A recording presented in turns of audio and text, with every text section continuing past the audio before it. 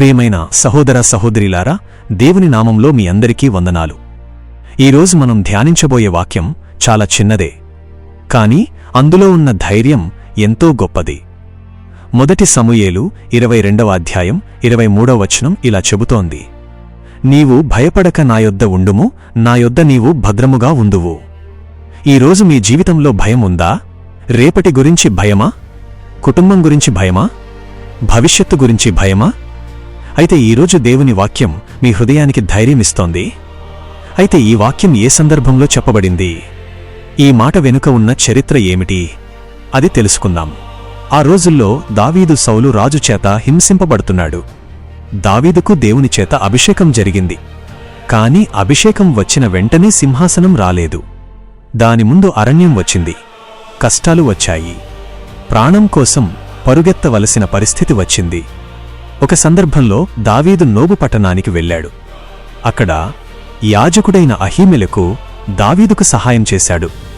ఈ విషయం సౌలు రాజుకు తెలిసినప్పుడు అతడు కోపంతో నోబులోని యాజకులపై దాడి చేయించాడు.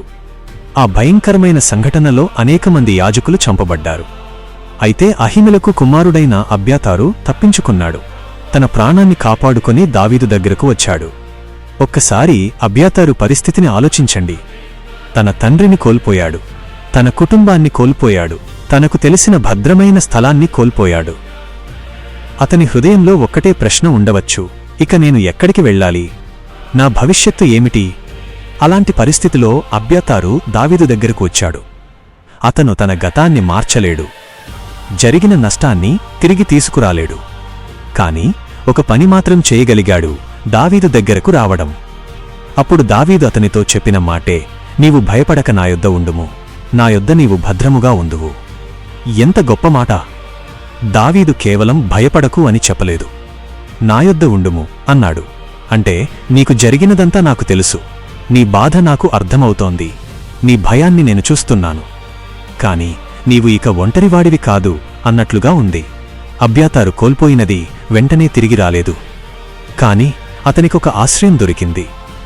ప్రియమైన సహోదర సహోదరిలారా, మన జీవితంలో కూడా కొన్ని పరిస్థితులు అబ్యాతారు జీవితంలాగే ఉంటాయి.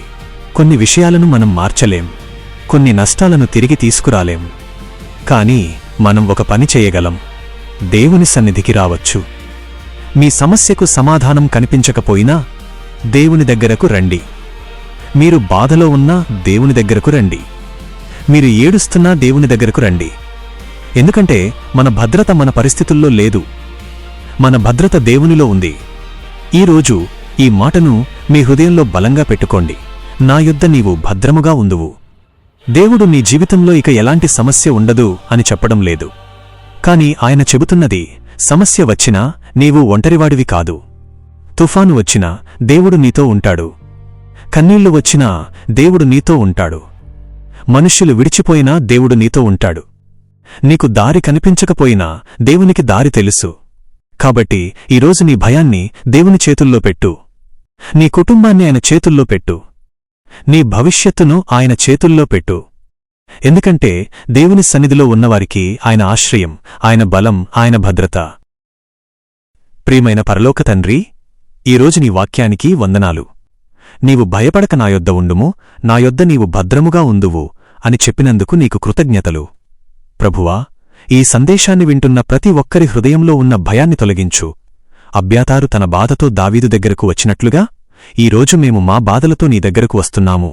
మాకు ఆశ్రయమివ్వు, మాకు ధైర్యమివ్వు, మాకు శాంతి ఇవ్వు.